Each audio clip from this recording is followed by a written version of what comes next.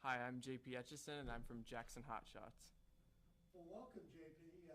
Let's talk a little bit about being a 10-year member of the Jackson Hot Shots. Tell us a little bit about, some of your experiences. But first of all, tell us a little bit about what kind of projects you've done over the last 10 years. I've had a pretty wide range of projects, ranging from alfalfa, photography, travelogue, health, just among various things, doing lots of different projects. But I would say I think my favorite would probably be photography or alfalfa. I enjoyed the alfalfa part because it's part of our family farm. We grow it. I, cut the alfalfa and bale it with my brothers and family. And then also photography was a lot of fun, just going out and taking the pictures of nature around us. Well, talk a little bit what your plans are in the future, because I know you're getting ready to go away to college. So tell us where you're going to college and possibly what you're majoring in. Well, this fall I'll be attending the Hamilton Luger School at IU. I'll be studying international studies and law. Really like the political side of things and government work, so hopefully I might have a future in that.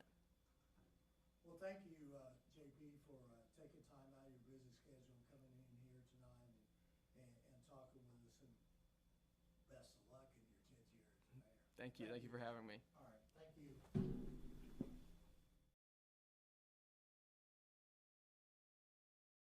Hi, I'm Lily Canaday, and I'm from the Friends Forever 4-H Club. Lily, let's talk a little bit about, I know I've talked to you several times before, and last year interviewed you. Let's talk a little bit about some of the projects you've been involved in the 10 years that you've been in 4-H. Of course, yeah. Over the 10 years of 4-H, I've completed 78 projects, ranging from shooting sports to health, veterinary science, pocket pets, public speaking, and mostly shooting sports and also junior leaders. What really do you like the best about being a 4-H member? Being a 4-H member is awesome, and it's the best because you can explore so many different things. You can explore different interests and projects. You can explore different types of people because it's such a diverse program. And you can even explore different locations on going through different trips. I get to go to Washington, D.C. next week. I've been to the Indiana State Fair. I've been on almost all of the 4-H trips. So the thing I like most about 4-H is just the opportunity to explore and to really make your best better by becoming a well-rounded person. Well, looking into the future a little bit, Lily, what are some of the things that you're hoping to do in your future? Well, next year I'll be taking a gap year, and I hope to become a spokesperson for the National Rifle Association, and I've become connected with them through 4-H and shooting sports mostly. And so I'll become an instructor next year, work on networking, and use my public speaking and debate experience to try to see if I can get my foot in there without needing a college education. But if I do need a college education, I'll pursue business and communications. All right, Lily, thank you, and you have a good 4-H fair. Thank you.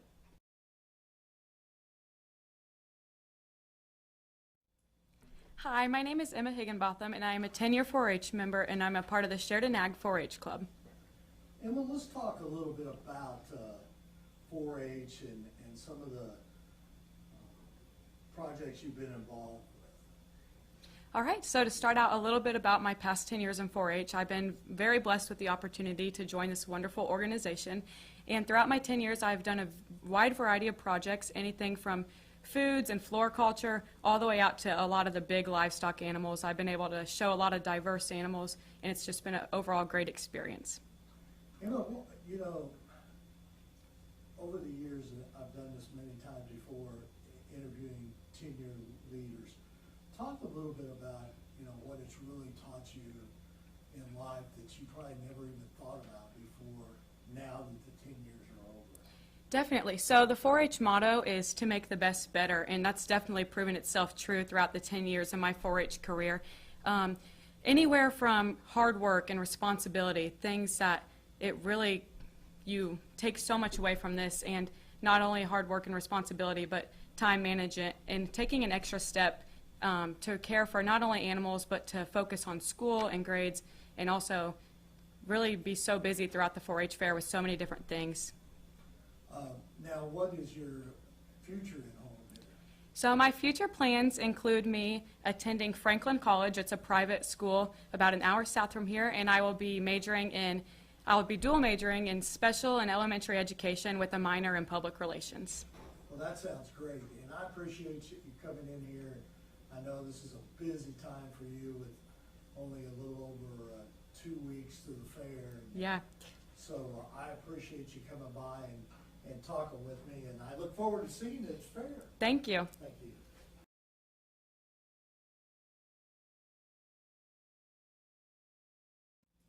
Hi, my name is Katie Anderson, and I am from the Progressive Farmers 4-H Club. Katie, let's talk a little bit about your tenures in 4-H and some of the projects you've. Okay, so this will be my 10th year in food preparation and swine, and I have 4 years in sheep, and then this is my first year participating in the meat goats and dairy goats project. Let's talk a little, let's talk a little bit about, now that the 10 years have gone by, and, those first few years, this is all fun, this is great, but what have you really taken away from the 10 years that you've been a member of 4-H? This organization has really taught me time management with all of the different projects that I do partake in, and also just leadership skills. So the swine project does like a Pee-wee showmanship, and I've partook in helping kids with that. So it just helped me like learn leadership for younger kids and just to be a role model for them. Well, that's great. Now, what are your plans in the future? My plans are to attend Purdue University and study ag education. Well, that sounds exciting. Yep. With ag education, you plan on being a teacher? Yes, I do. All right. Well, that's really great, and best of luck this year at the fair. Thank you. And I'm sure I'll see you around.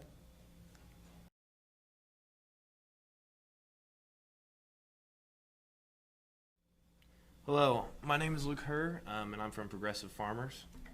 Hi, my name's Jesse Kolb, and I'm from Sheridan Ag. All right, Luke, talk a little bit about some of the projects you've done in the last 10 years in 4-H. So in the last 10 years of 4-H, my projects have been primarily livestock based. I did pigs, sheep, and cattle my first year, and then for the past 10 years I've done sheep and cattle continuously. I also did shooting sports a couple of years, but I was pretty involved in them. I've learned a lot from taking care of the livestock and also being a major part in practicing and really high responsibility to that point. Jesse, same question. My 10 years in 4-H, I participated in beef cattle, swine, hay, corn, soybeans, tractor maintenance, and junior leaders. And from these projects, a lot like Luke was saying, I've gained a lot of responsibility and learned how to make good animals better just through trial and error in my 10 years in 4-H. And I feel like I've met a lot of good people that are really going to help me along in my life, and they're just good friends that I'll have forever. Now, do you two go to separate schools? Yes, we do. One goes to Heights and one went to Sheridan, so Mm-hmm. That's the one thing that really, let's talk a little bit about that since both of you are up here, because probably you got to know each other through 4-H of being out here. Yeah, Jesse and I used to run around the fairgrounds with each other when we were a lot younger, our first couple of years, and then my sister had been in 4-H before I was, so I was acquainted with the county fair and all that, and with 4-H itself. But yeah, we've been buddies all throughout our 10 years and been pretty close. We met through the cattle barn and bonded that way. Now, talk a little bit about it. This is everyone so far, the first 6 people that I've interviewed, talk about time management, and kind of explain that a little bit, because let's go through, especially with you, with animals, and both of you, and you can each take, part of this question, but talk a little bit about when you get your animal and when you start and how difficult it is to juggle your time, okay? You talk about, Luke talked a little bit about the different things of getting the animal and everything, and Jesse, you talked about a little bit about the hours you have to put in from when you get up in the morning till when you lay your head down at night. So I primarily raise most of my livestock, and I'm able to keep them from weaning age on through. With cattle, I usually start around state fair time for the next year. So comes around August, I start breaking calves, start getting them ready, start getting them in a routine, start feeding them, working their hair. It's a lot of time management in that issue, but it's nice to start at the end of the summer so you get a good start on those cattle. And also when it comes to sheep, with my other main project, I start them.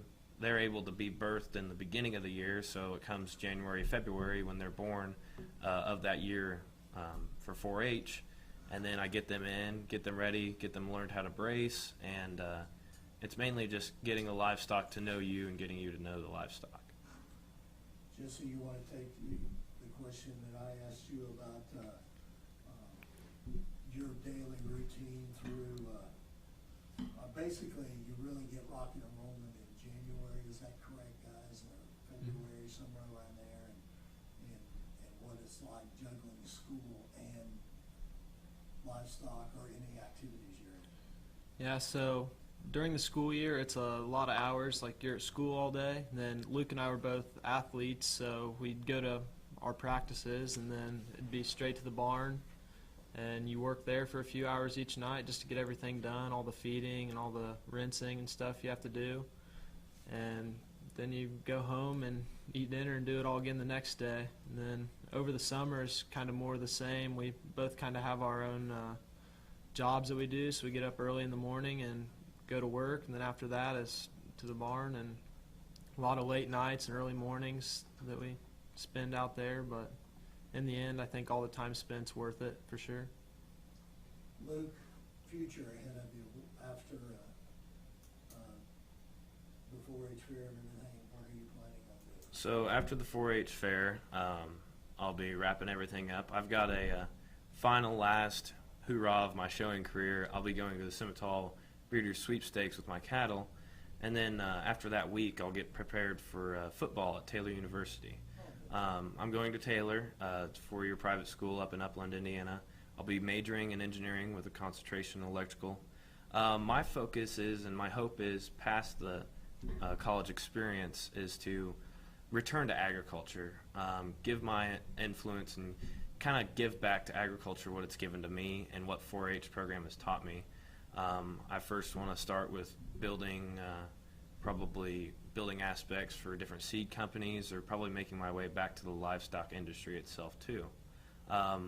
Also, when it comes to livestock that I've taken away from 4-H, I plan to continue to build my father's herd and also my grandfather's flock too, of sheep, and really kind of build our animal quality up and stay with the livestock industry too. Thanks, Jesse. After the county fair, I'll be taking my hogs to the state fair to exhibit them there.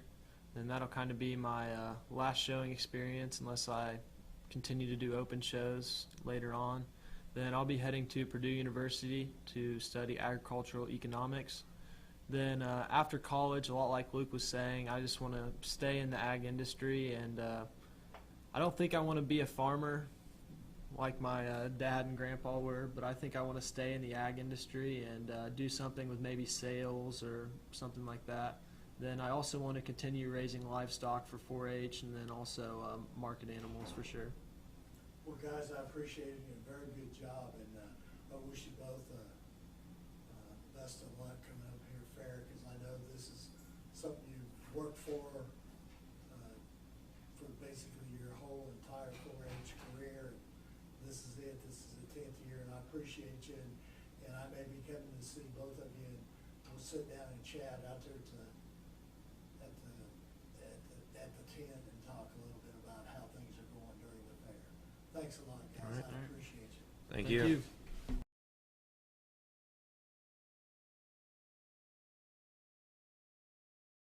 Hello, my name is Ross Hagan. I'm from Progressive Farmers Club.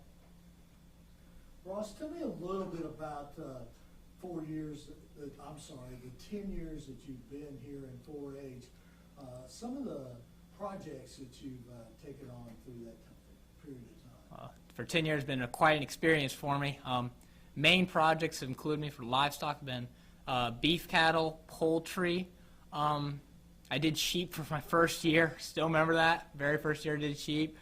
But I did some shooting sports in the beginning, so I've done a lot of projects, and I can say they've all impacted me in positive ways in my life, and hopefully they keep on impacting me throughout my whole entire life. So, that was one of the things that I was going to talk a little bit about was you mentioning about, when you first start, you want to do all these things, and it's all fun, and family helps you a little bit and all that stuff, but as you get older, you learn a lot of life lessons. Oh, really. yeah. So let's talk a little bit about, some of the lessons you've learned and some of the things that has really helped you in your schooling, really. Definitely. I could say my main project I've always been really intrigued on has been beef cattle. I've taken a lot of pride in what I do there, a lot of time, a lot of hours. I can say being able to balance that because I played 3 sports in high school, to be able to balance school, sports, and my beef cattle project all in one. I can say that's made me a better person, but just the beef cattle in general, you learn so much from other people when you talk around the barn, from like the 4-H fair throughout even other shows, the state fair. That's one thing I think 4-H gives you a unique option about. You get a kind of in touch with other people, so you get to learn new ways and get their ideas and their input on things. So I think that's a great thing about that project. So I think that's how it's impacted me. Ross, one of the things that you talked about was sports, and I know the school district that you come from and that area takes sports very, very seriously. Yes. But you also take farming very, very seriously. Yeah. So talk about how much of a commitment it is to everything, because I know that you have to feed those animals. Oh, you have yeah. to get up in the morning. You have to work with them. Oh, yeah. You have to go to school. You have to practice afterwards. And in some cases, I bet you Coach Al probably has you come in there early in the morning and, Yeah. and do practicing. So talk about that time management piece, because I think that's a huge, huge piece. I can remember a lot of times the cold winter days, was January, February months. You would come out early in the morning to feed the cattle. You would go to school and you'd go to practice, and you'd come out of practice and it's just dark as can be. And that's still going out. You had to go out to the barn and get your work done. I think it was a process that you had to love. You had to love that process. You had to love kind of the energy that you had to put into it, because there's so much energy and so much time you had to put into it. And if you didn't love to do all that, if you didn't like to be able to kind of balance things between with sports, school, and cattle, then it would be fun. But for me, that was fun to be able to do it all. That's always what I've always kind of liked about it, to be able to. Now, obviously, what motivated you the most, or one person that you probably, or 2 people that you looked up to that just give you that drive and always was there for you to help you through these times? Or was most of it just on your own, that you wanted to show people what you could accomplish? I thought it was watching the success of others to see where they came from. And it's just people around me, just casually. I mean, even Luke Herr and Jesse Kolb, to watch how they work. Because you want to be like your peers. You want to fit in with your peers, and you want to be a role model myself. That's one thing I always thought. When I get older and when I grow up, I want to be a role model to the young ones. So I thought, I better start now, so I got to be able to kind of look at myself, and I like to hold myself to a high expectation. So, but people have impacted me. I could say my 4-H'er, Kathy Young, she was a great role model for me. There's a lot of people around the cattle barn, like I've talked about, and a lot of people around 4-H. It's just not just one person. I think it's just someone, or you just get in a conversation with someone. They can have a lasting impact on you for a long time. You'll remember that conversation you had, and I think that's a great part about 4-H in general, just the amount of people that affect you. Yeah, because the one thing about 4-H, and if you go through the complete process of the 10 years, you run across a lot of hardworking people. Oh, you do. I mean, and it's just amazing. You think, I could do that, because I can juggle at times. Yeah, I'd like to say that because, that's another thing. Time management is something that I think you learn so much through 10 years. You learn to manage your time and, prioritize so well. I mean, it's something you just don't pick up. You just don't pick that up. I think 4-H is a great opportunity if you're a young kid or even if you're starting out. It's just a great way to learn and be able to figure yourself out and how you got to manage time because it's a life skill you'll need forever. It really is. Ross, I appreciate it. You did a great job, and I look forward to seeing you around the fair. Thank you.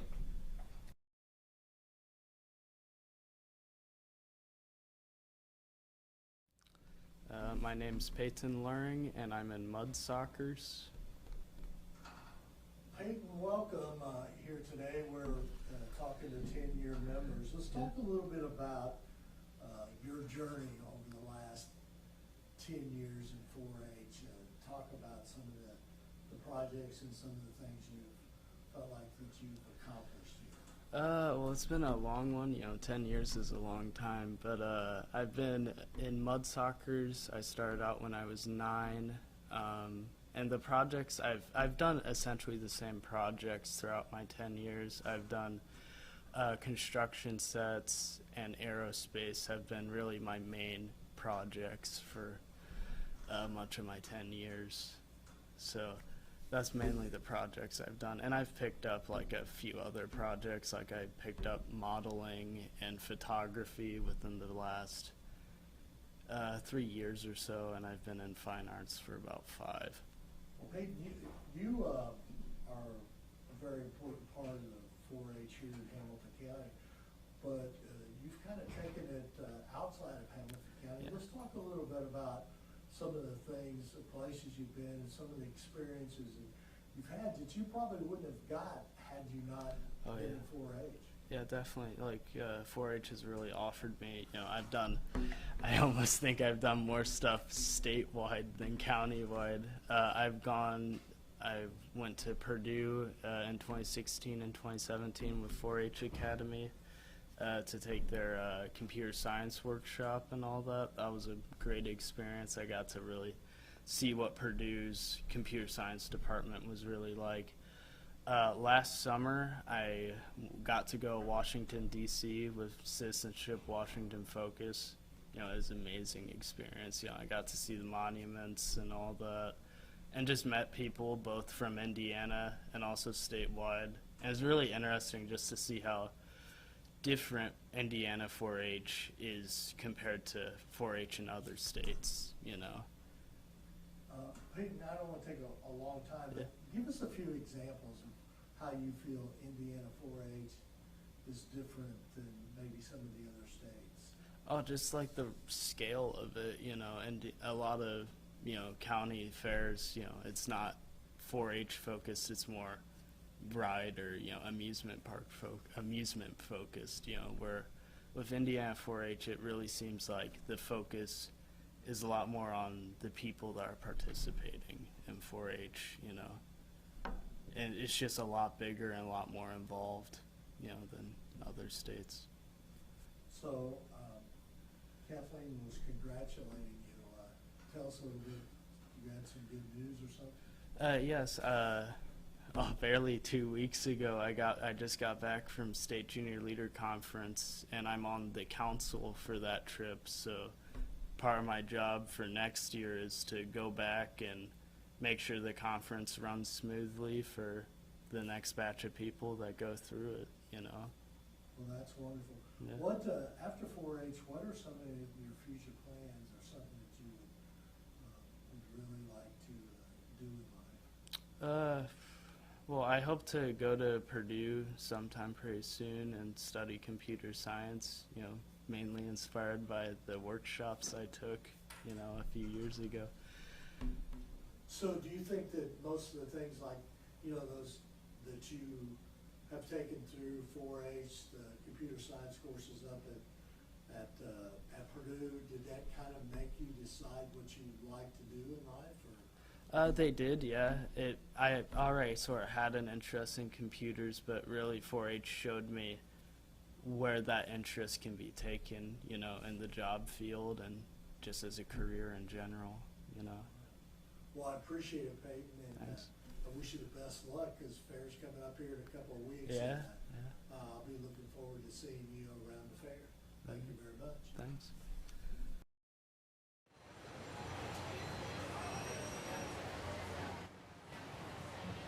First place goes to Jaden Williams. Next up, we have our Class 2 of Full Blood Does, Tatum Green, Brennan Mosbaugh.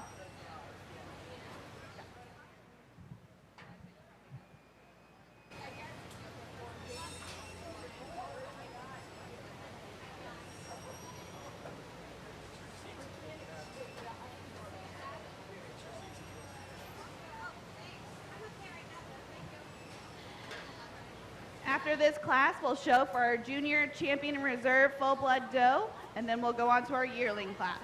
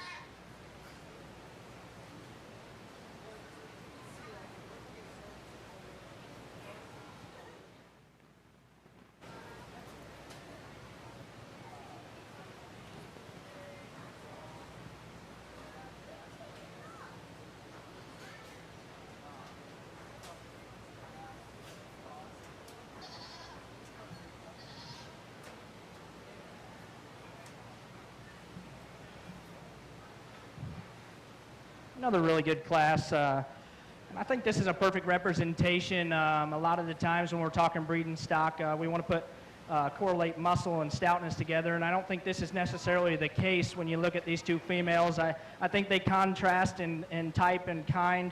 The young man's black-headed doe, I'm going to go ahead and start with that one.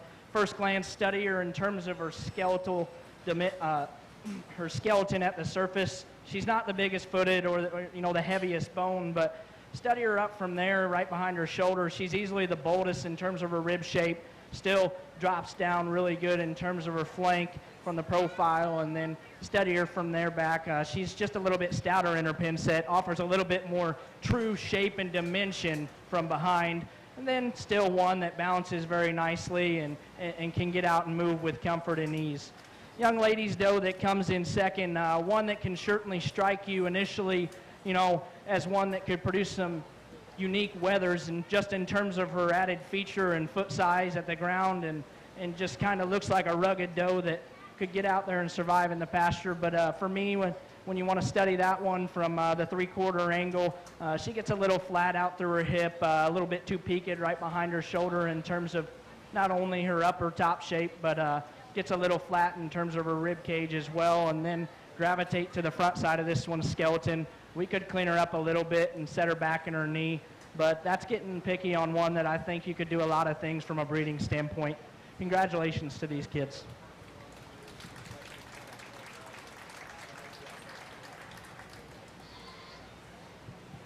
First place goes to Brennan Mosbaugh. Second place goes to Tatum Green. Next, we will show for our junior champion and reserve full blood doe.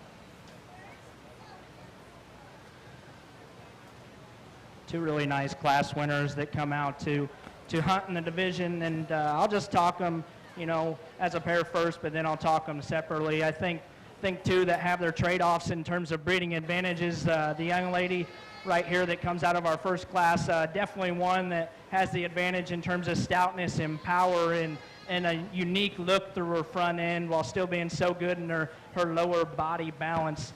And then, like I said in class, we'd like to lengthen her out in her hip, make her a little bit longer and leveler from that standpoint, but it definitely does not hinder this one's mobility and flexibility at the surface.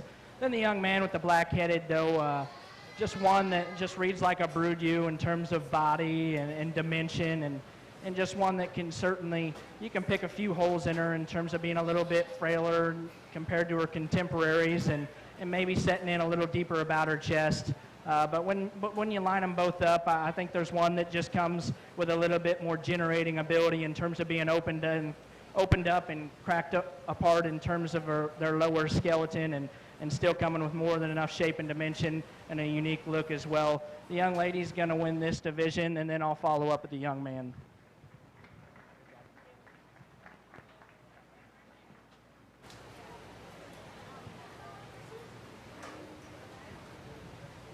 Our champion goes to Jaden Williams. Our reserve champion goes to Brendan Mosbaugh. Up next, we have our yearling full-blood does coming into the ring. We want to make sure all full-blood does are in the makeup arena. So if you can make sure your senior does are ready.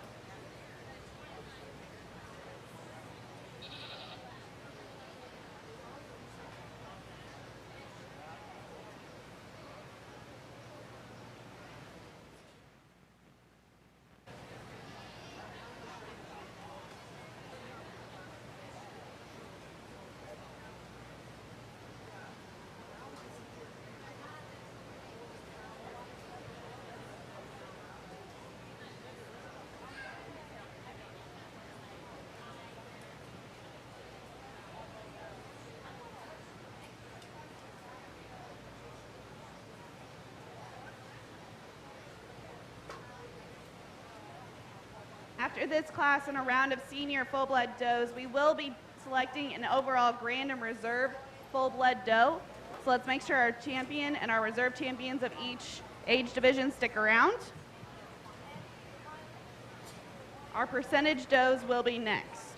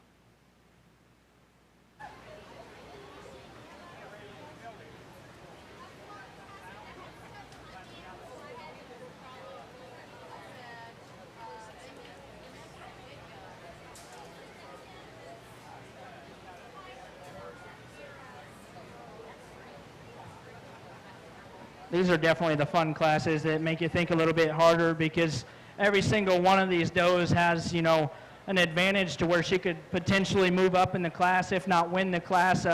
But for me, the young man's doe here in the center of the ring facing outwards is just one that, compared to the doe that comes in second, just reads a bit more feminine and maternal through her front end, a little bit cleaner about her chest, and lays her shoulder on her framework just a notch better and smoother.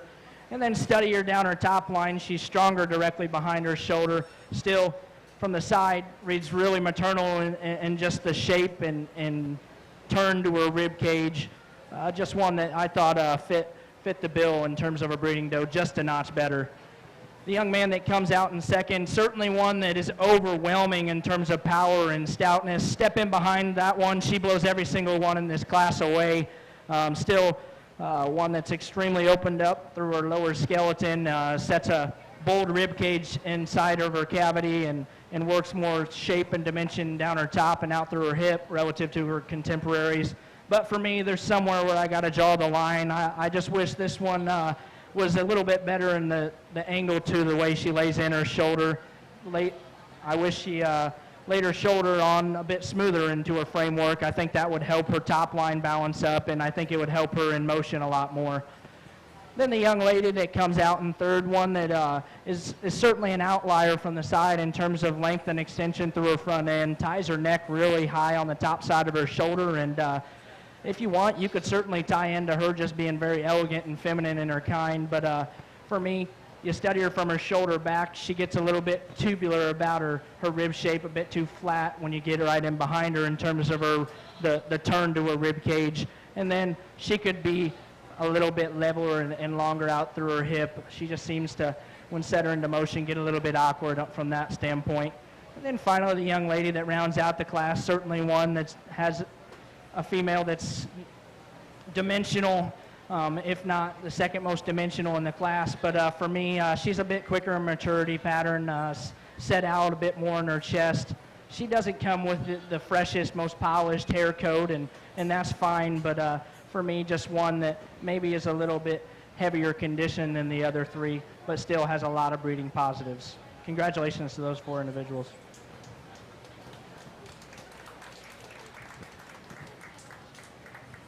Your first place and champion yearling goes to Jaden Williams.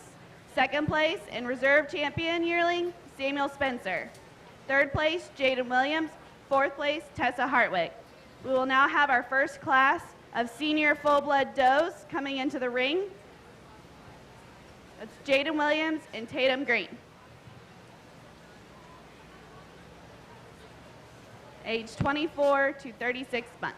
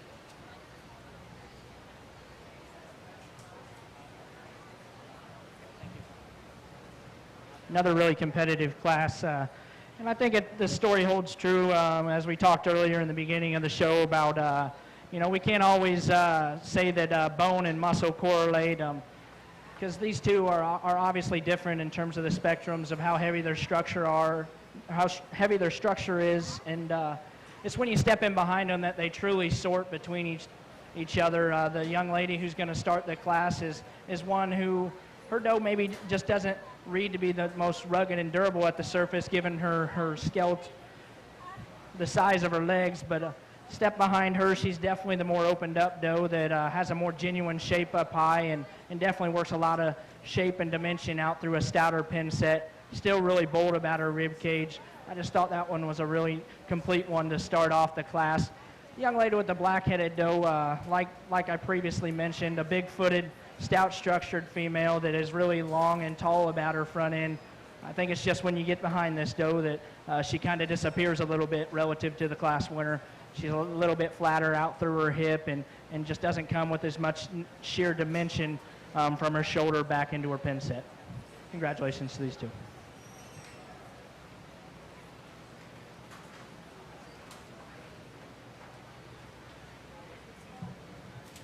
First place goes to Jaden Williams. Second place goes to Tatum Green. We have one more class of full-blood does.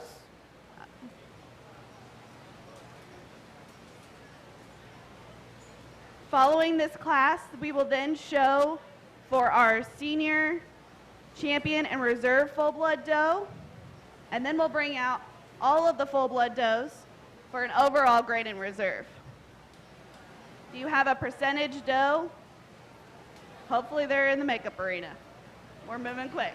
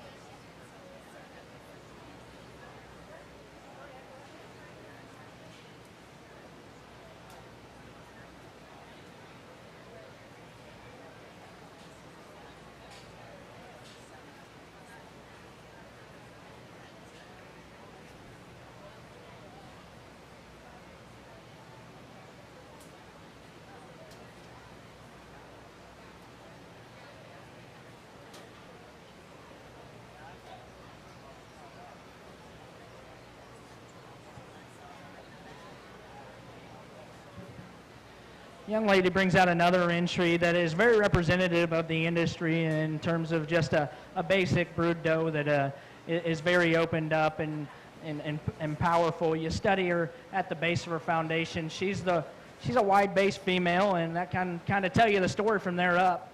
You get to the top side of her skeleton. She's very dimensional, offers a lot of power, very impressive when you step in behind her. And then I think she'll just bring a lot of competition into this division heat. Congratulations to her.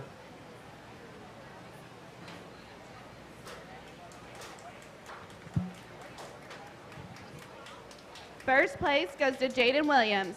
We will now show for our senior champion and reserve full-blood doe.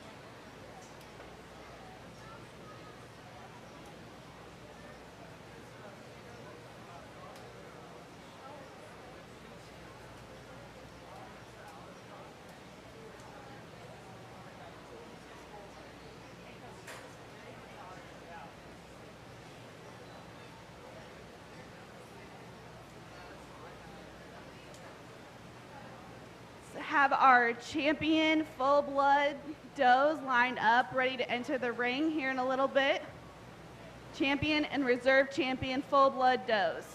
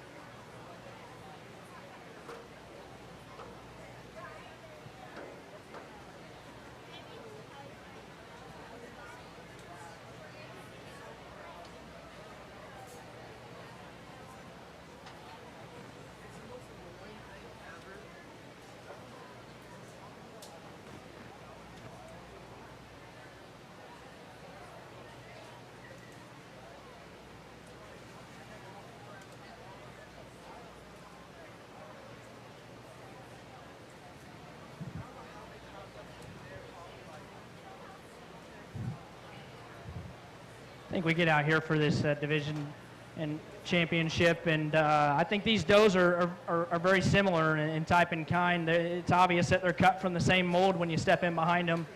Does that possess body, muscle, and power, no doubt. But for me, I think being so similar in terms of sheer dimension and power, you got to start sorting down to the little things in terms of structure and balance from the profile. Just things that you'd like in your breeding does to make them elite. And with that said, I think it comes down to a grocery list of little things that we can change in both these does. But for me, I'm going to rely on personal preference and use the young man's doe as your champion.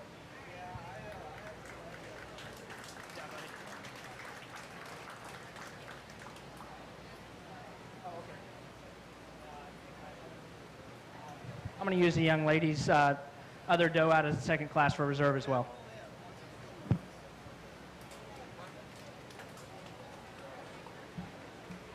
Your champion goes to Jaden Williams with her 24 to 36 month full-blood doe, and your reserve goes to Jaden Williams with her doe 36 months and older. Let's bring in all of our champion and reserve champion full-blood does.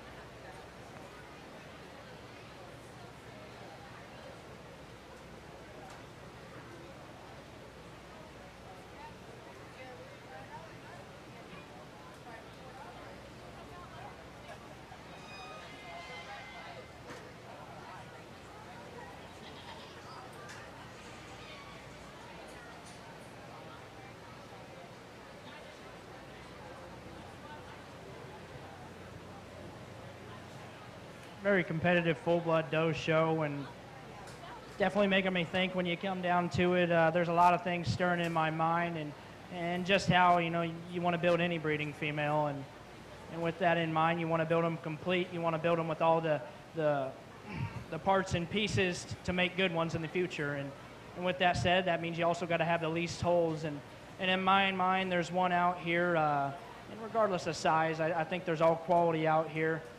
We'll talk each age division. The youngest doe out here, one that certainly has the advantage at the surface in terms of bone and foot size, and she's got a really neat look up through her front end. I guess I just can't tie into that one's hip structure. She wants to get a little round and a little short for me, and put them set them a little too far outside of her framework, and that's where I draw the line on her. Then we get to this middle division, and here's just a basic, good kind of brood doe that is really good bodied and can give you a nice look from the side. When you get to comparing them within the age groups, you start to wonder, you know, even though she's really opened up in her chest floor, is she truly that genuine from there back in terms of condition? And I think that one's a little bit softer. I think it's evident directly behind her shoulder, and she maybe doesn't have as much muscle as the biggest doe directly behind her, and I think you can truly see that when you step behind the females. And then finally, our oldest doe, one that probably controls the scene in terms of muscle and power and just dimension and being proportional and balanced from the front of her skeleton to the back. I'm going to go ahead and select her as your champion.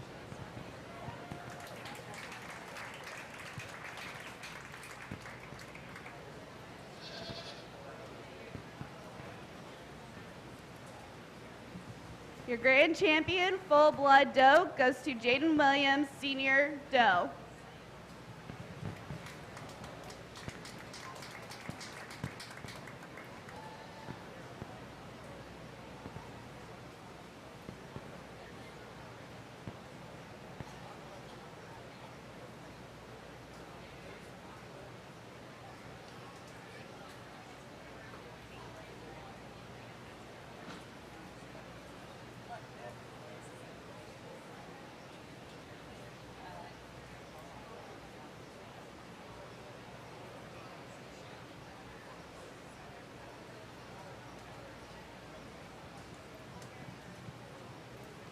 Bring the second place out of that last age group, and I certainly don't think she takes away from the quality that comes through this champion drive.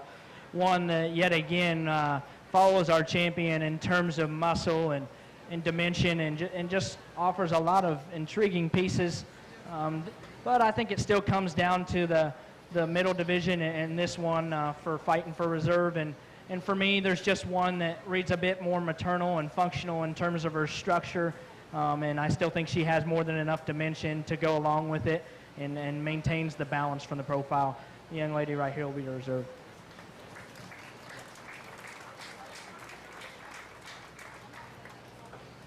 Your reserve grand champion, full-blood doe, goes to Jaden Williams, yearling doe.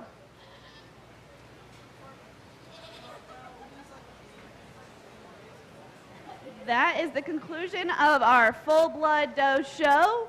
Up next, we have percentage does. Our juniors are getting ready to enter the ring. These are does 3 months to 6 months.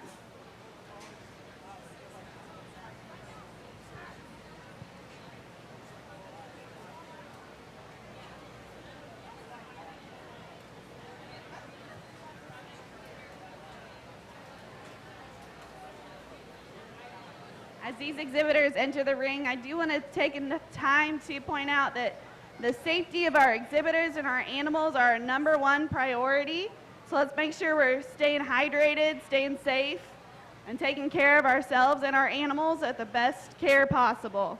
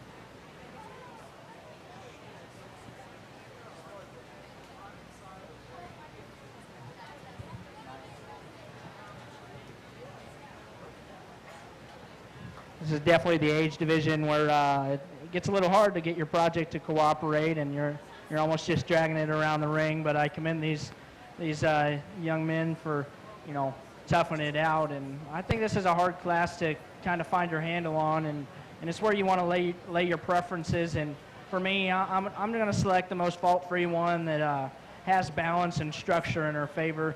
Young man does a nice job getting this one set up, and one that maybe isn't the flashiest through her front end or the most exotic in terms of her feature, but one that certainly is hard to pick a hole in and still really good in terms of where breeding does need to be functional at in terms of body and structure.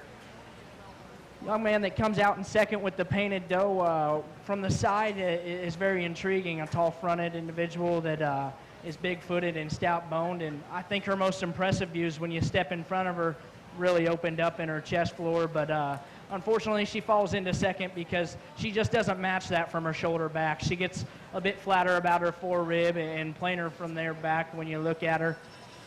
Young man that comes out in third has another one that is hard to pick a hole in, and it's when you step behind her that she just runs out of gas compared to the two ahead of her.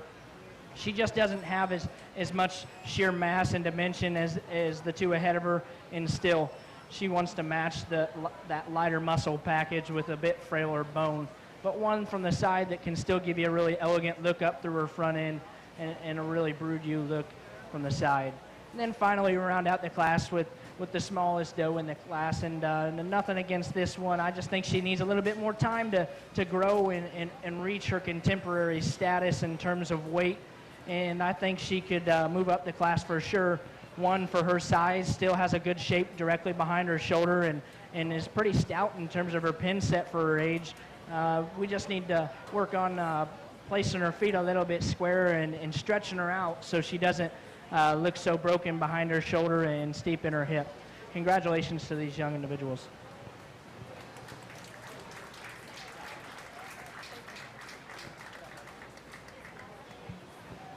First place goes to Cooper Cooley. Second place, Matthew Spencer. Third place, Cade Cooley. Fourth place, Logan Bates. Our next class of junior percentage does is entering the ring. If we could have our first and second place hang out, you'll be considered in the champion class. Yearlings, start making your way towards the gate. You'll be up next.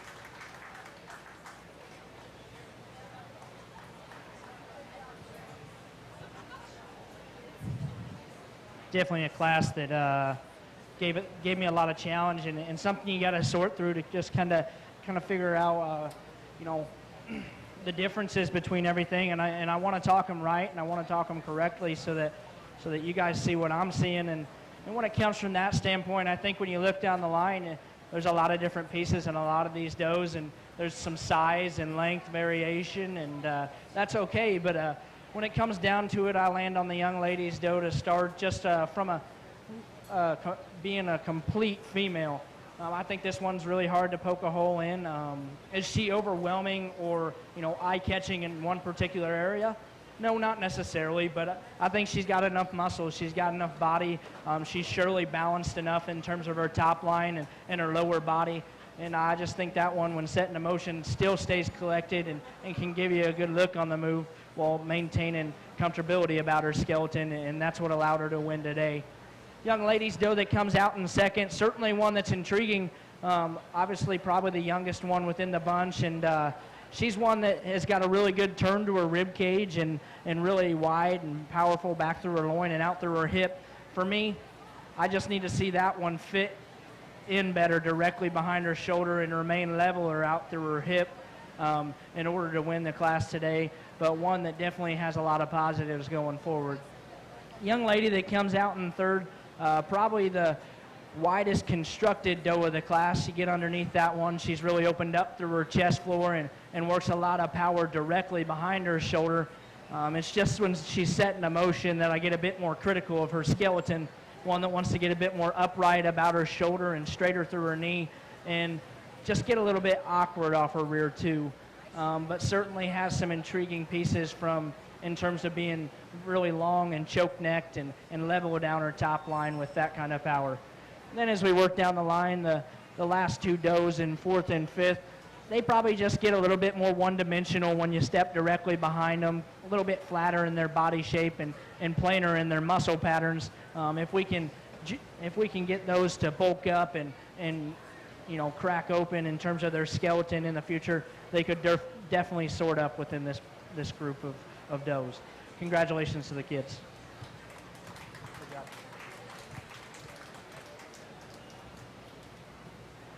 First place went to Tessa Hartwick.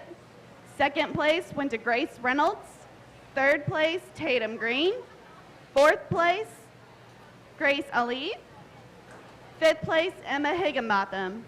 We are now showing for our junior champion and reserve percentage does. These are our first and second place winners from the past two classes.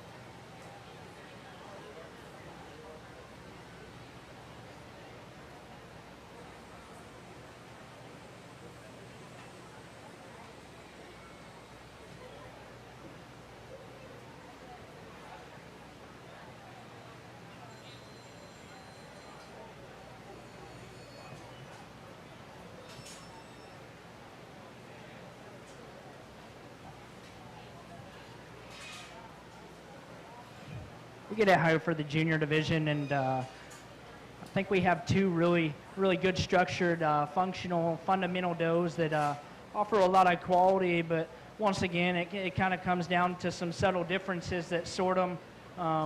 Young man's doe, just a really practical, good built, deep-sided doe that reads really good in terms of her bottom line. Just gets a little bit plainer through her front end, and that's where I pick my biggest hole in her. And then when you step behind both the does, there's just one that's a notch bolder in any way you look at her in terms of rib cage or out through her hip or up high. And I'm going to go ahead and utilize that one for your junior champion, the young lady.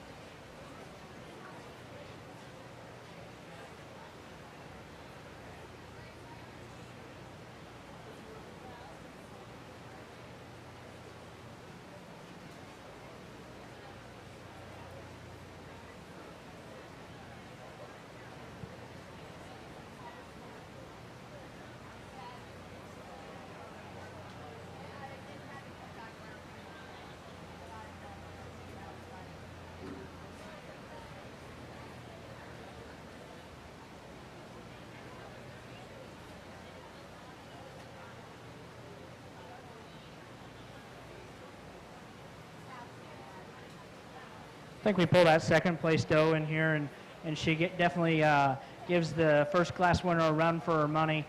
She has her other advantages in terms of just like our champion, had a little bit more rib shape and overall dimension as you study her. Personally, I just prefer that one's shape up high and the way she's constructed through her lower skeleton being pulled apart and showing the same dimension up high. We're going to utilize that one as your reserve.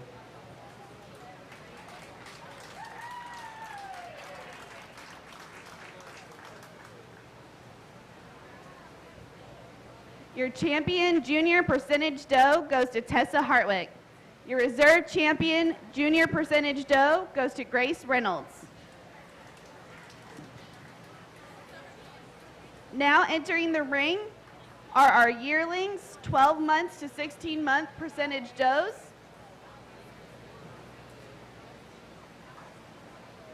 On deck, we have our 16 to 20-month percentage does. And in the hole, we have 24 to 36 months.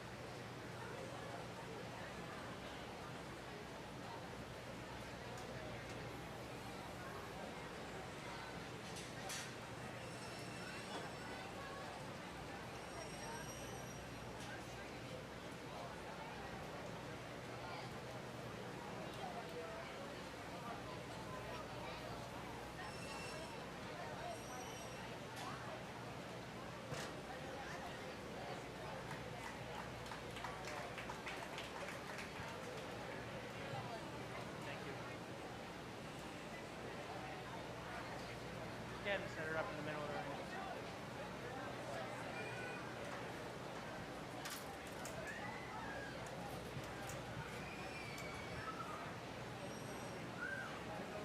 Fun pair to look at the top of this class, and taking nothing away from the young lady's smaller does. She just lacks a little bit of the size and power and dimension to run with these two ahead of her. But nonetheless, our class winner is unique in a lot of different ways. I'll get to her faults, don't worry, but I'll start off by talking about how impressive she is in terms of foot size and circumference of bone, and still one, when you step to the front side of her, really opened up through her chest floor, and that kind of tells you the story from there back. One that is really big-bodied and works a lot of dimension and spread up high and to the stoutest pin set, and I'll be the first to admit she could be toned back in terms of condition just a touch, just so she could read a notch more genuine and maybe pull that chest back up into her to fix her bottom line balance just a hair. And then maybe we could lengthen her out of her hip ever so slightly, but one that in terms of, power, dimension, and just being complete, it certainly rises to the top in that aspect. The young man's doe that comes in second, one that is a little bit different in terms of a maturity pattern. She's a bit longer. She's a notch stronger directly behind her shoulder, and still offers a bit more size as well. And she was definitely in the hunt, but then it's just a grocery list of little things for me. She's a bit plainer at the base of her neck and a bit more pronounced in terms of her maturity in her chest. And then you step behind her, and she just wants to pull that hock in ever so slightly, but one that still really gave our class winner a hard push there. And the young lady that rounds out the class, like I said, just we need to get a little bit more weight on that one to run with the two bigger does, but certainly one for her size, still respectable when you steady her from the side. Congratulations to these kids. Good job.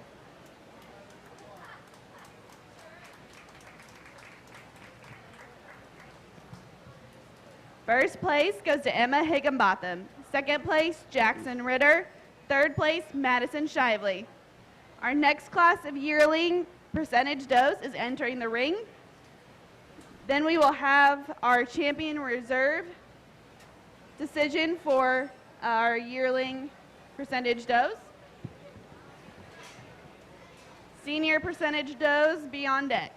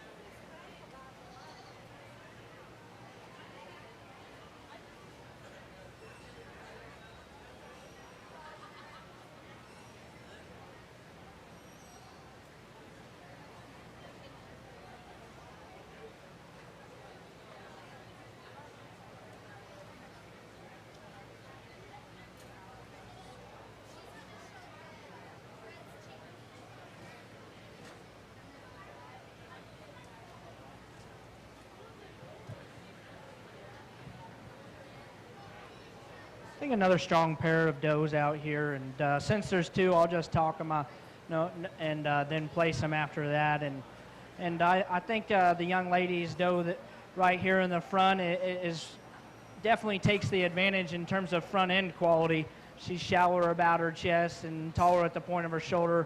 Really sends that neck high out of the top side of her shoulder at the same point. But for me, you step behind her, she wants to narrow out through her pin set, and she just wants to get a little odd where she wants to place her hip on the stand, and Steady's a bit frailer relative to the darker colored doe behind her. This young man's doe has some advantages, and just she offers a rugged brood doe kind of look from the side, big-bodied and still, really reads really good in her angles and level her out through her hip. And then I think you step behind them, and she just hooks up bolder and stronger directly behind her shoulder, but also works more dimension back into a stouter hip. I'm going to go ahead and run the young man first and the young lady second.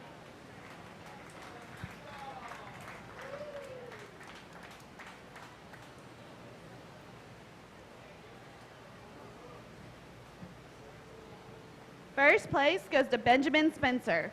Second place, Tatum Green. Next up will be our first and second place yearlings in the ring to select our champion and reserve champion yearling percentage doe.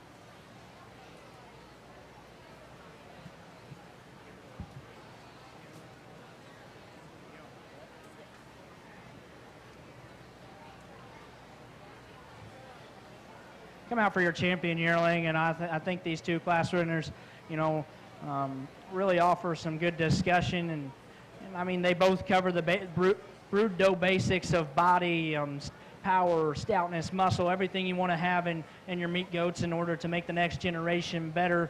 So then I think once you have those basics, taken care of, you need to start going towards, making sure structure and balance is a priority. And especially in motion, you can tell a lot about these two females, and I guess that's where it gets sorted for me.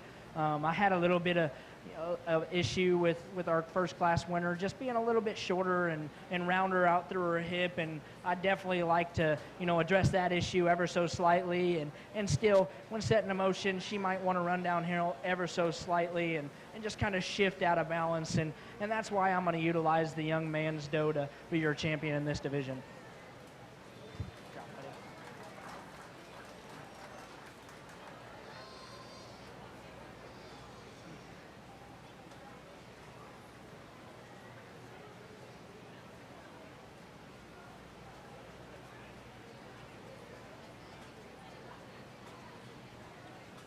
Bring that second place out here, and she definitely still fits in the mix, and she offers a little bit different package than the one ahead of her. She's a taller framed female that offers a bit more extension through her front end, a bit more length from her shoulder back, and I can truly appreciate that about that one, but I still gravitate to the overwhelming advantages this one has in terms of bone and dimension.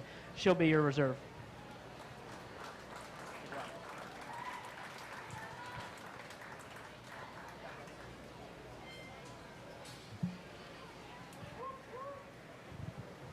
Your champion yearling percentage doe goes to Benjamin Spencer. Your reserve champion yearling percentage doe goes to Emma Higginbotham. Next, we will have our senior percentage doe, 24 to 36 months, enter the ring.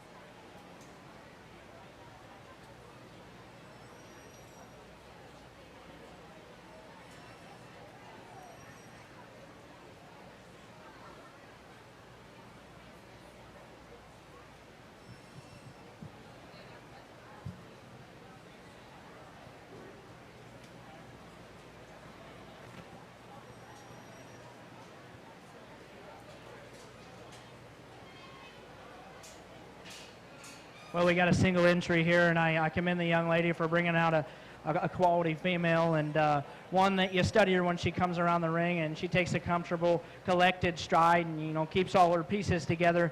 Still one that has that added growth and performance, can give you a quality look from the side.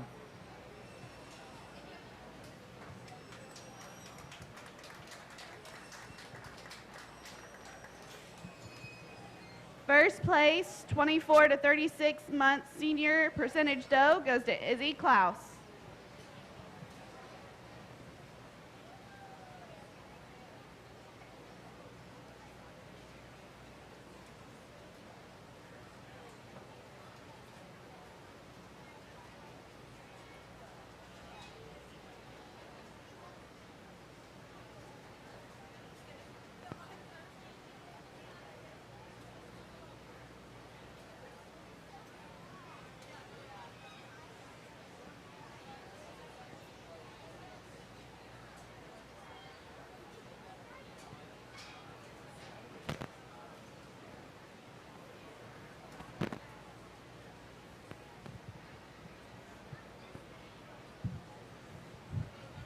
Can really appreciate the all red doe that the young lady brings to us. One that is very good in terms of structural quality and can give you a very attractive feminine look from the profile, and still just kind of puts those pieces of balance and power and body together in a really nice package.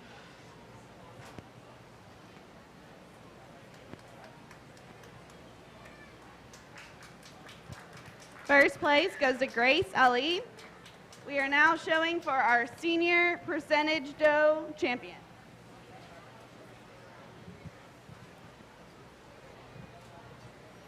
If we could have in the makeup arena all of our champion and reserve champion percentage doughs, we will be showing for an overall grand and reserve. So please be on deck ready to enter the ring.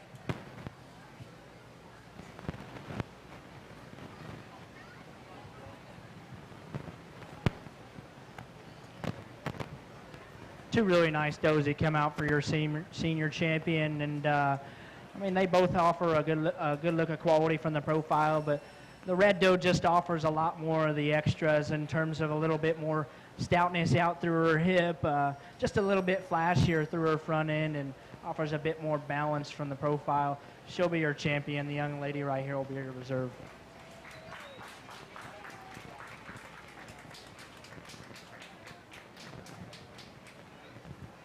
Your champion senior dough for the senior percentage dough is Grace Ali. Your reserve is Izzy Klaus. We'll now show for the overall grand and reserve percentage dough.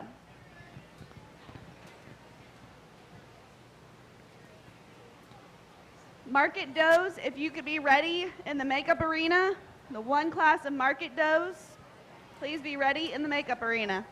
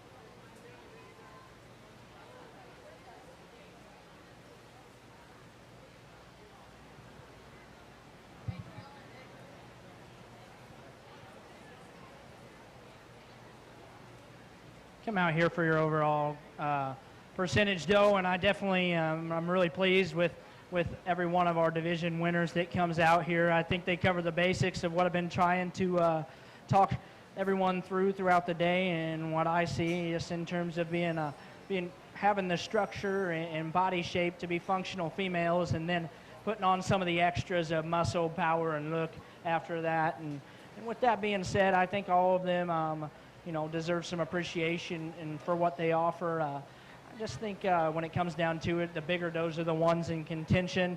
Taking nothing away from the young ladies' dough here at the front. That one is very fault-free and has a lot of good left in her and her show career, and I encourage her to keep showing her throughout the future. That one just needs to take a little bit more time to mature and develop and bulk up in a sense.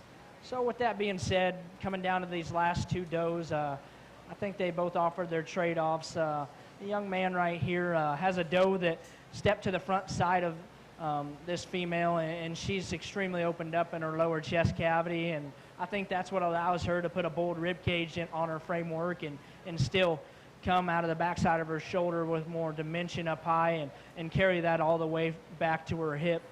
And then the young lady with the all red doe, one from her front end forward, easily the best out here, and just in terms of attractiveness, definitely has an advantage at the base of her chest in terms of being tucked up about her chest relative to this doe. But where I guess where I find fault with her, she just gets a little bit more.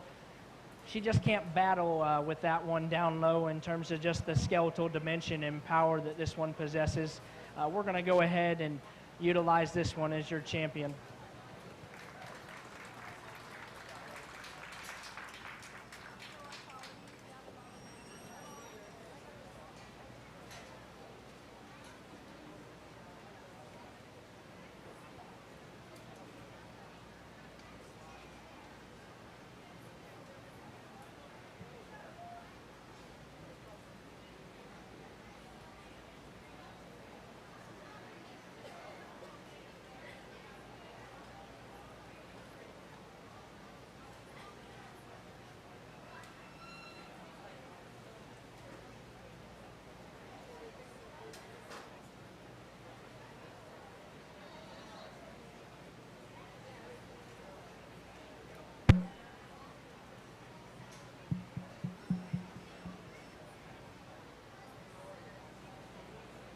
I think you pulled that second place or the reserve in here from your middle division, and I definitely think she deserves some appreciation and merit. That's one that's got some pretty unique pieces within this drive in terms of bone and dimension and just overall shape throughout her skeleton. And we talked her in class and in division as one that we'd like to modify in terms of her skeleton ever so slightly, and her hip, and then maybe tone her back in her condition to make her a notch bit more genuine in terms of what she offers, and but still one that's got a lot of quality about her and should have a bright future. Personally, I just feel more comfortable with utilizing the young lady's all red doe.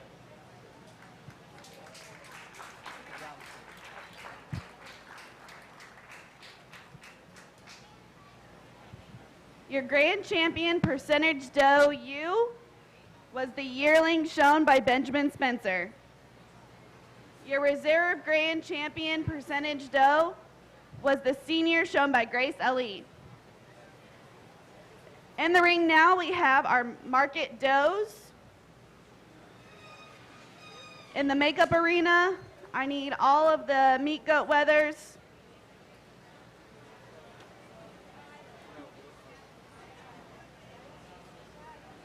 We'll call it the class 1.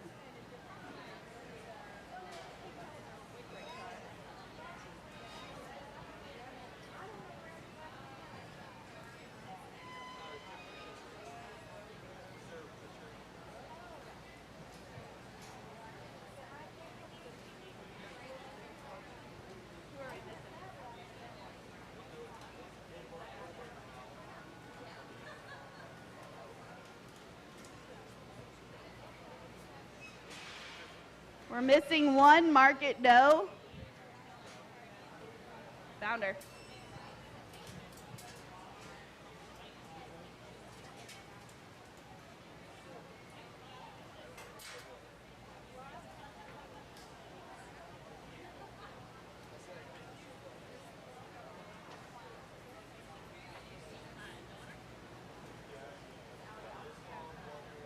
Allie Delph, we are missing your market doe.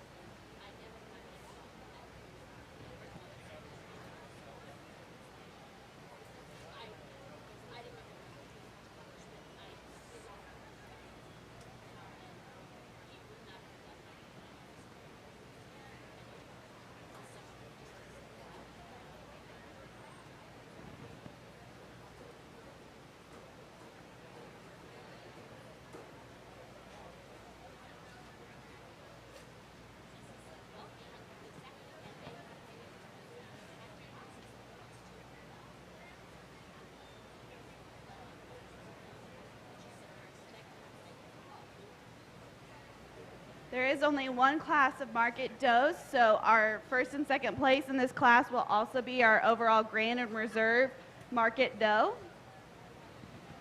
In the makeup arena, we're looking for class 1 and class 2 of our meat goat wethers.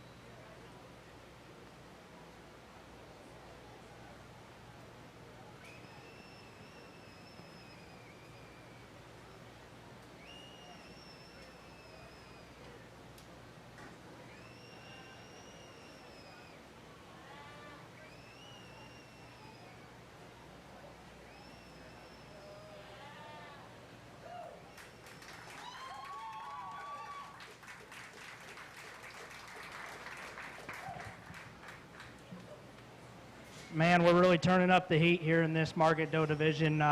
One that hit me extremely hard the moment she entered the ring. Just a really impressive creature we got here. One that anything you want in your market goats, she definitely puts together in a neat package. Shallow chested, you know, just shallow and round in terms of her body shape, and that allows that one to be incredibly hard handling and just really impressive to the touch all the way back through her loin. Just one that puts all the pieces together in a really neat package. Congratulations to that young lady. Going down the line for your reserve, I think this doe probably has the most mass and spread up high of any. Definitely the widest loin, but when it comes to the side profile, maybe she just analyzes a bit deeper relative to our impressive winner. Maybe just doesn't have that circumference and of bone and stoutness of foot as our winner does.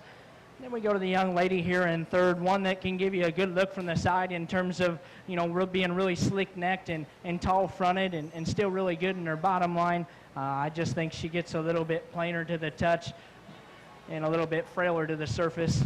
Then we go young lady here in the pink in fourth, step behind that doe. She's just a little bit flatter in her pin set. Step to the front of her, the story remains true. She's just a little bit more closed up in her chest. If we can open that one up through her lower skeleton, I think she could move up a few spots. We keep on going down the row.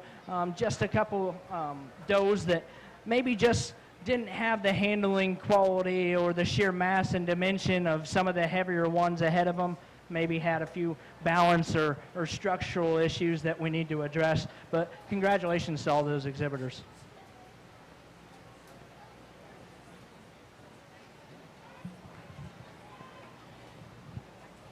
First place in Grand Champion Market Doe goes to Allison Delph.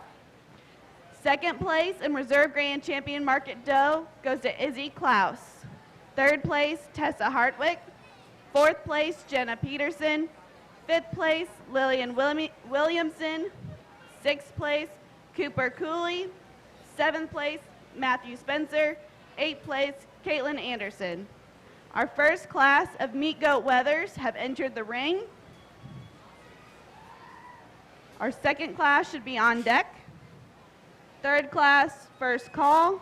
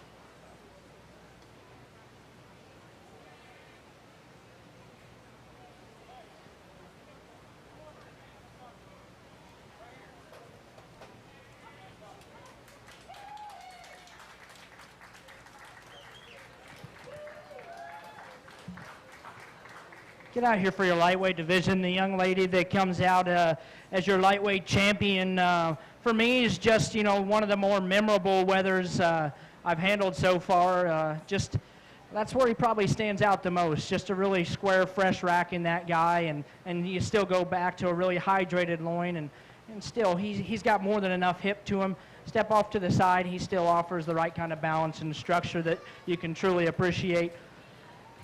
He kind of ran away with it pretty easy for me. The young man that comes in second, I think he gave a hard push, but I think he's a safe second. His weather, definitely a good boned weather that's stout forearmed and probably has the stoutest upper and lower hip laid in him. Just one, when you go to handle on that one, gets a bit softer over his rack and down his top, and that's kind of what slid him into second for me. Young lady here in third with the spotted weather that keeps managing to get loose. She's doing an awesome job showing this one. I just think this one, especially fourth and fifth, just maybe don't have the added feature at the surface and just need opened up in terms of their rib cage there so they can lay more muscle over the top side of their skeleton, but ones that offer a really attractive, nice look from the side. And then the last three weathers you come down to maybe just have a few balance issues from the profile that we need to address, or just need a little bit more muscle to work their way up in class. Congratulations to all these exhibitors.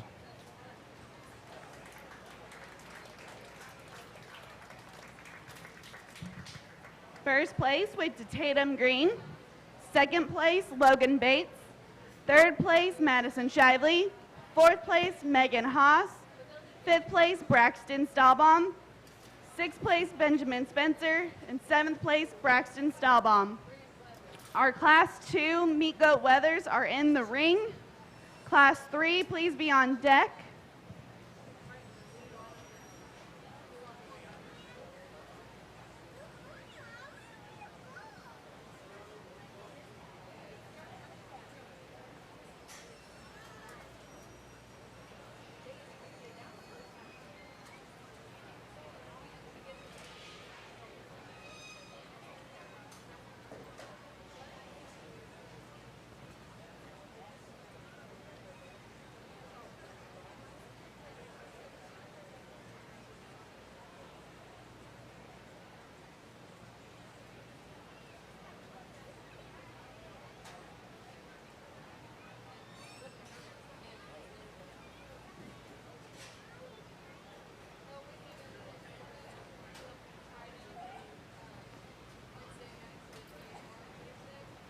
After we select our grand and reserve weather following Class 3, we will take about a 5-minute break before we start junior showmanship.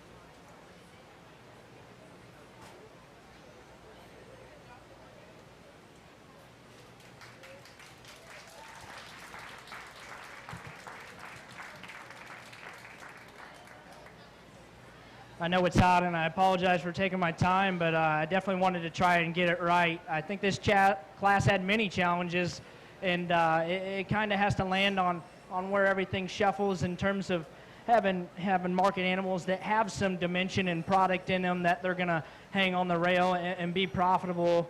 But at the same time, you also want to look like a show weather. You know, have that athleticism, have that look up front, be attractive from the side.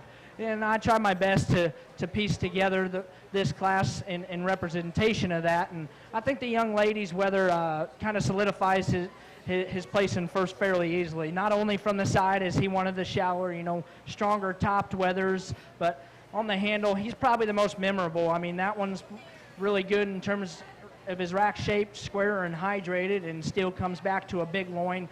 Definitely stout enough out through his hip, in my opinion, as well. The young man's weather is one that's kind of hard to read. You get him in motion, he pulls himself together, but unfortunately he likes to be stubborn on the stand, really fight his owner, and maybe not drive into his owner like he should. But I think that's one that still handles very well and still remains comfortable in his framework with some added product and dimension. Young lady that comes out in third, I can truly appreciate this one from the side. Really attractive through his neck and tall fronted, and I like that about him a lot. And I also appreciate how fresh and thin-hided that one is. That one's just overall hide quality is very good. But want to step in behind that one. Not only is he a little bit more closed up in his chest, flatter about his forerib, but he too just gets a little bit more A-framed directly behind his shoulder in direct relation to the two ahead of him. That's where he lands in third. Then we go to the young lady here in fourth. That one actually probably works some of the most spread over the top side of his framework. Unfortunately, he handles a bit staler on his edges and wants to fall apart on the stand, so that's why he lands in fourth. The crazy colored up one that comes next,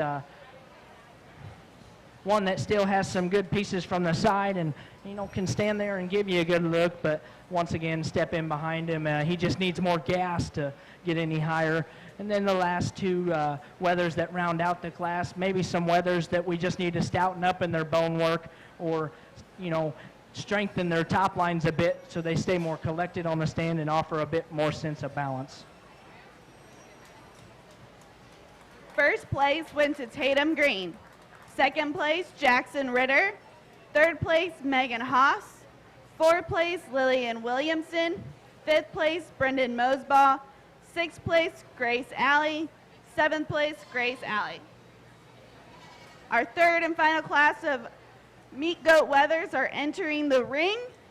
We need our first and second place meat goat weathers to be in the makeup arena. We will be taking a 5-minute quick break to get some kids hydrated, animals hydrated,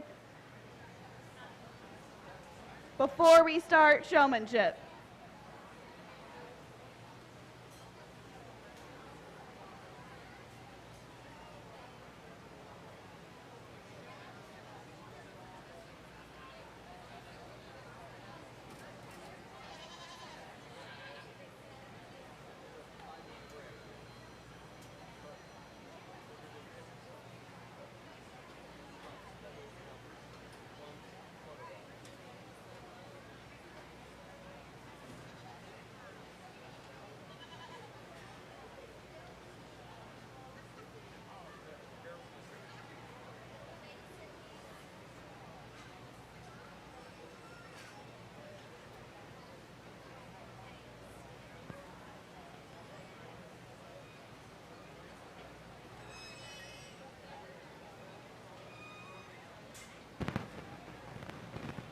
We are so fortunate to have our Queen's Court here with us today. I'm going to let them introduce themselves as we make our way through this class.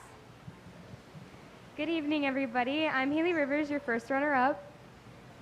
Hi, everyone. My name is Maya Latarsky, and I'm your Miss Congeniality. Hello, my name is Maddie Zoll, and I'm the fourth runner-up. Good evening. I'm Emily Peterson, and I'm the second runner-up. Hi there. My name is Emma Swain, and I'm the third runner-up.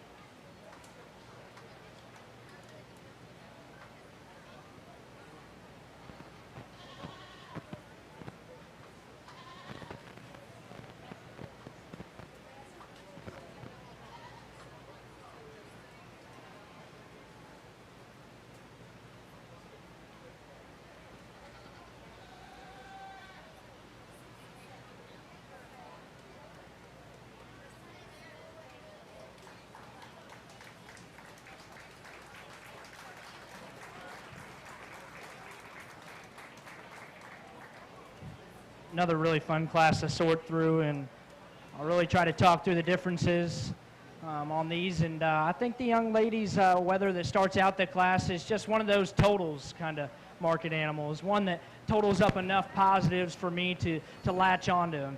One that is surely has enough muscle laid on that one's framework, good rack size and good in his loin, and still pretty stout in his hip. And you like that he can match that upper shape on the top side of his skeleton with a little bit more bone and feature at the base of his framework. And he's still a tall-fronted, good-looking one up front. And I just think in relation to some down the line, he just puts the most positives together while still offering some product potential as well. Young ladies' weather that comes out in second in terms of handling quality is probably one of the trimmest sheep within our top trio, and still probably the freshest at that same rate. But study him at the ground, he needs to be a little bit stouter boned and offer a bit more proportional look, and still he runs out of gas when you step behind him relative to our class winner. Young lady that comes out in third does an excellent job presenting this animal, but unfortunately he just wants to fall apart and show off his issues. One that just gets a little weak in his top line, and that's probably due to the extra belly that one has, just showing his added maturity relative to the other ones in this class. I'm sure at one point in time in his show career he was a pretty good one, but for me he just wants to get too deep in his chest and too deep in terms of his center body and fall apart in his top line, and still probably doesn't have the best relationship of muscle to finish as the ones ahead of him. Then we go down the line. The young lady has a nice handling weather that is good in terms of rack shape, good and square from there, and then goes back into a wide loin, but one that probably just on the stand gets a little bit straighter in his hock, and at the same rate, kind of gets off balance from the side. Then we work our way down here, and we have three other weathers that offer some interesting pieces in terms of bone and look, but probably just need to strengthen them up in their top line, make them a bit more three-dimensional when you step in behind them, also make them a little bit fresher upon the handle.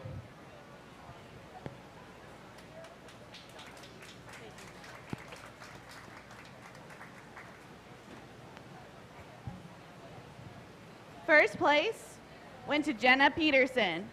Second place, Tessa Hartwick. Third place, Allison Delph. Fourth place, Tatum Green. Fifth place, Cade Cooley. Sixth place, Tessa Hartwick. Seventh place, Samuel Spencer. We're now showing for our grand champion and reserve grand champion, Meat Goat Weather. If all of our junior showmen could be in the makeup arena, preferably in front of the fan, as we get ready to start that here after a bit.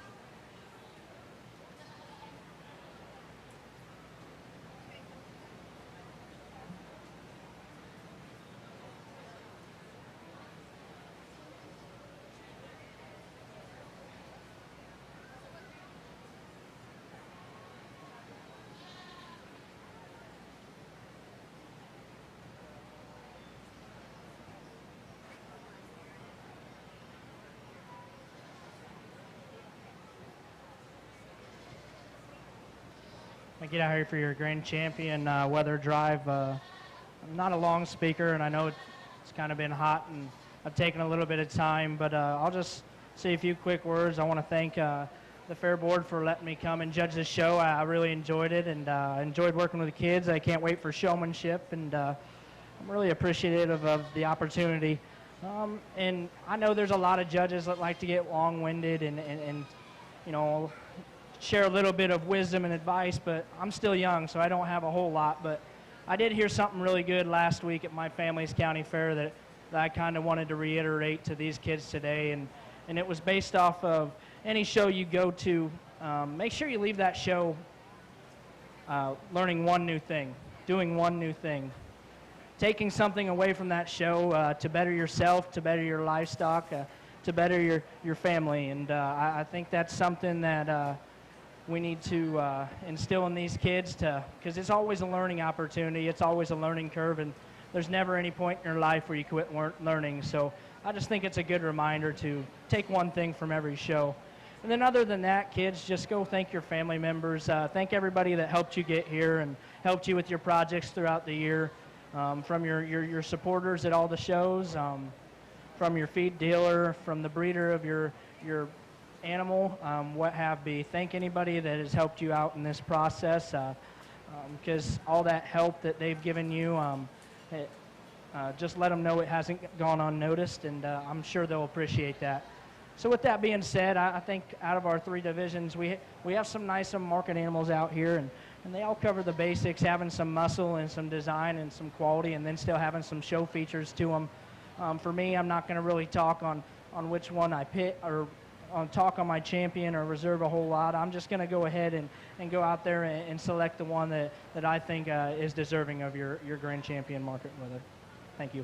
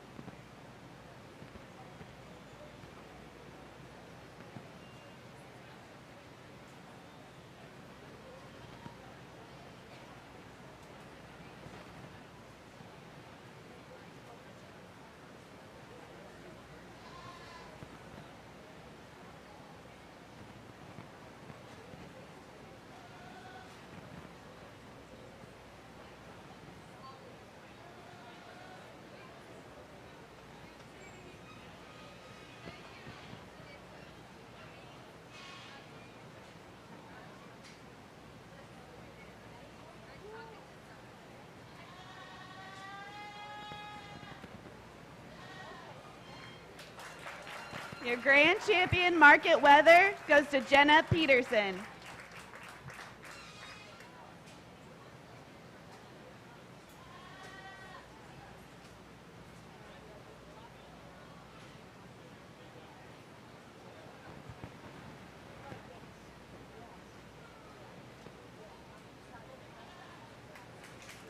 Your reserve grand champion goes to Tatum Green. Congratulations to all our exhibitors.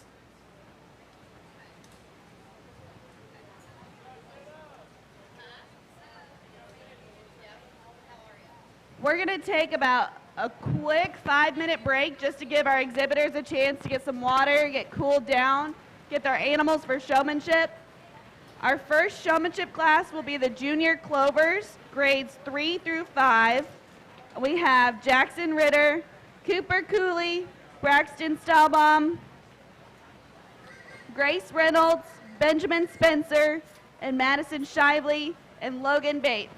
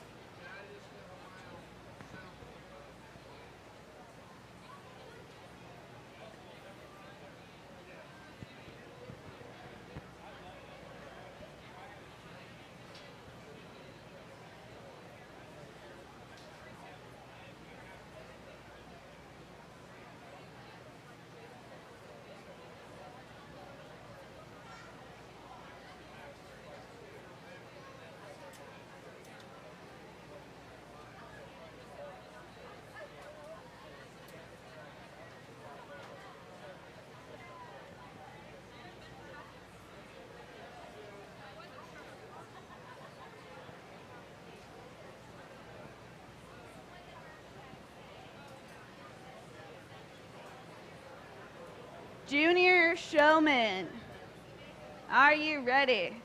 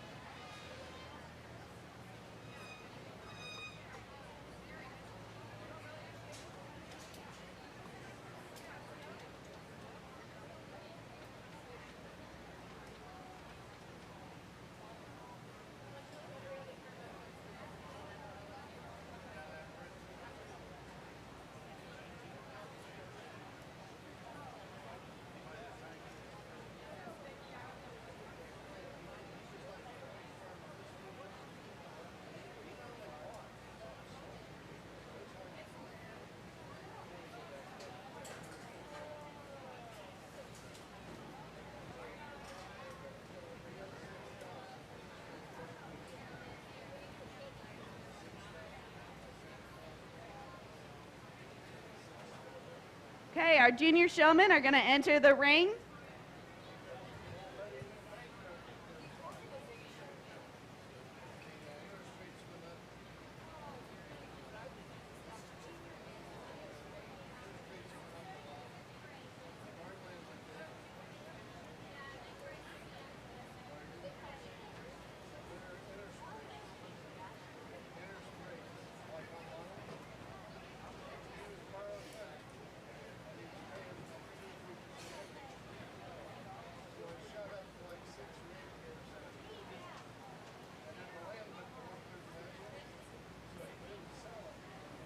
Intermediate showmen, we need Samuel Spencer, Grace Alley, Matthew Spencer, Jaden Williams, Tessa Hartwick, Brendan Mosbaugh, Cade Cooley, Megan Haas, and Tatum Green.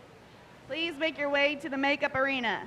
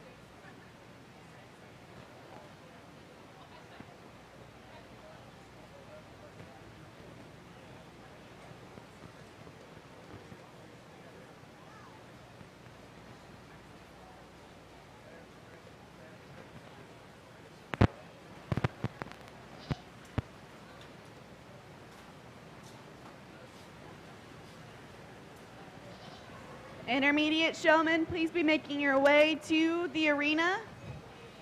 Intermediate showmen.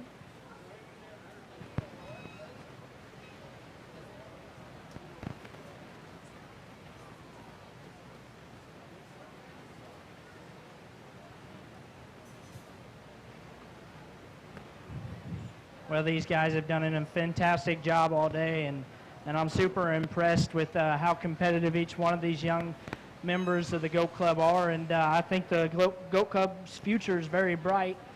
With that being said, I've kind of been watching all day, and that's kind of how I make my evaluation. I know it's hot, and we need to put these animals up, so I'm just going to take the evaluation of our showmen out here, accumulative all day, and make my decision based off that. But this is a really deep set of kids that have been doing a fantastic job. Some of the stuff I was just looking for is just, making sure you're aware of where the judge is at and trying to get your animal set up to the best of your ability and keep it with that. And then still, being patient with animals that are getting hot and aggravated. So with that being said, I'll go ahead and shake your showmanship winners' hands after this. Give a round of applause for these kids.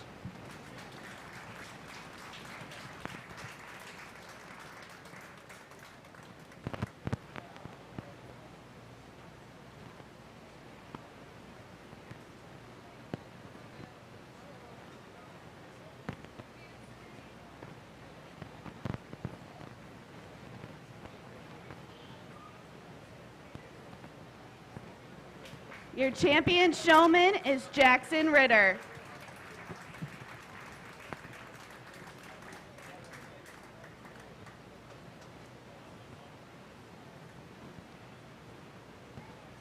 Your reserve grand champion is Logan Bates. Congratulations to all of our junior showmen. Intermediate showman, you're up next.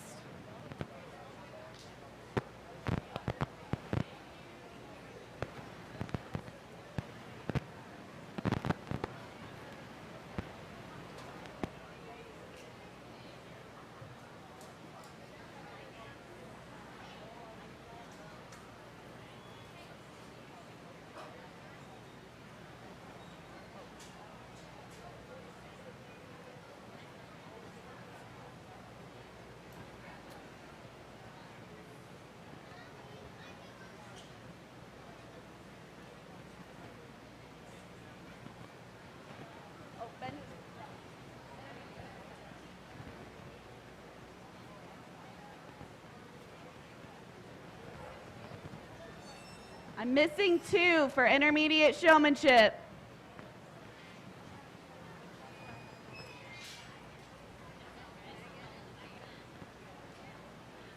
Megan Haas and Tatum Green.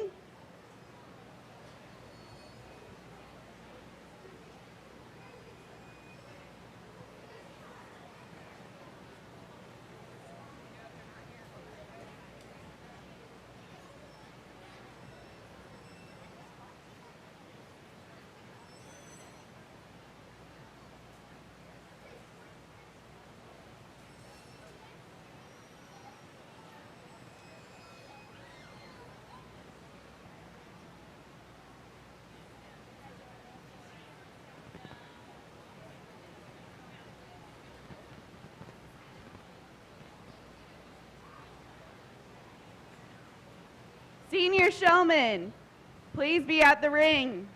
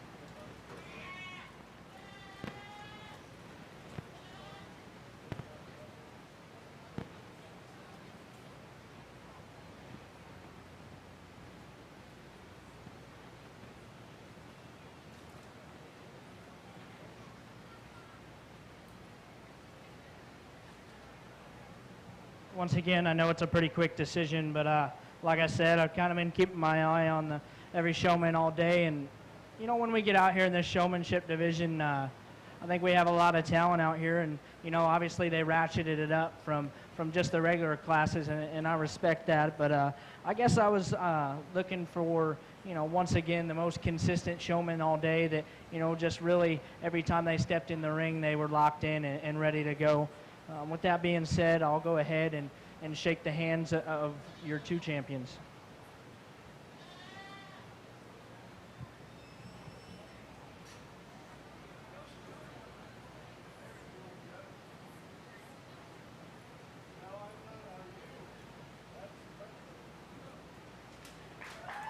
Your grand champion intermediate showman is Jaden Williams.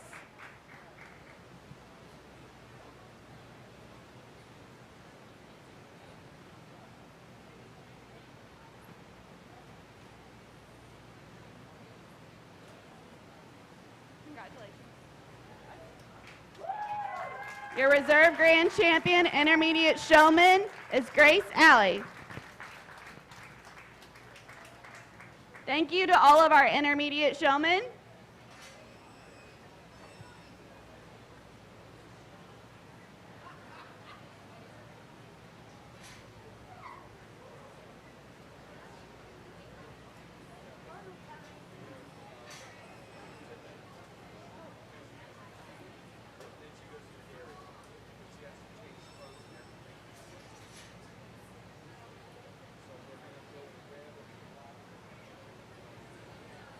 Our final class of the night is going to be senior showmanship.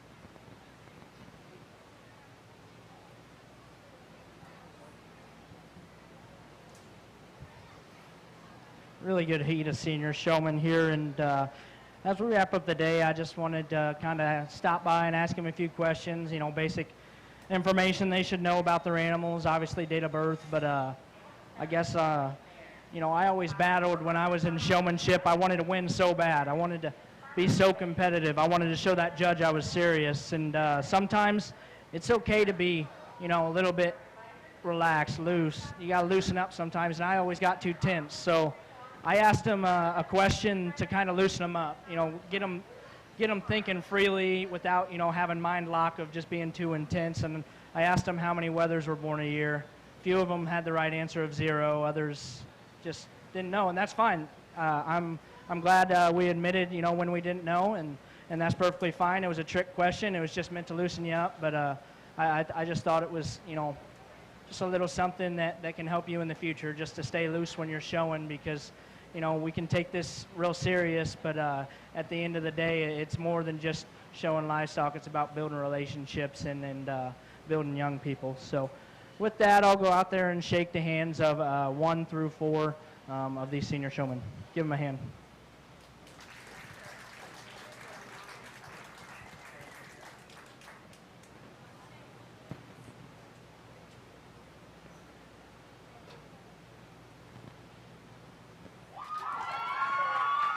Your grand champion senior showman and representative of the meat goats is going to be Allison Delph. Your reserve grand champion, Jenna Peterson. Third place goes to Izzy Klaus. Fourth place, Caitlin Anderson. Thank you all so much for coming out and attending our 2019 4-H Meat Goat Show. Up next is your 4-H Dairy Goats.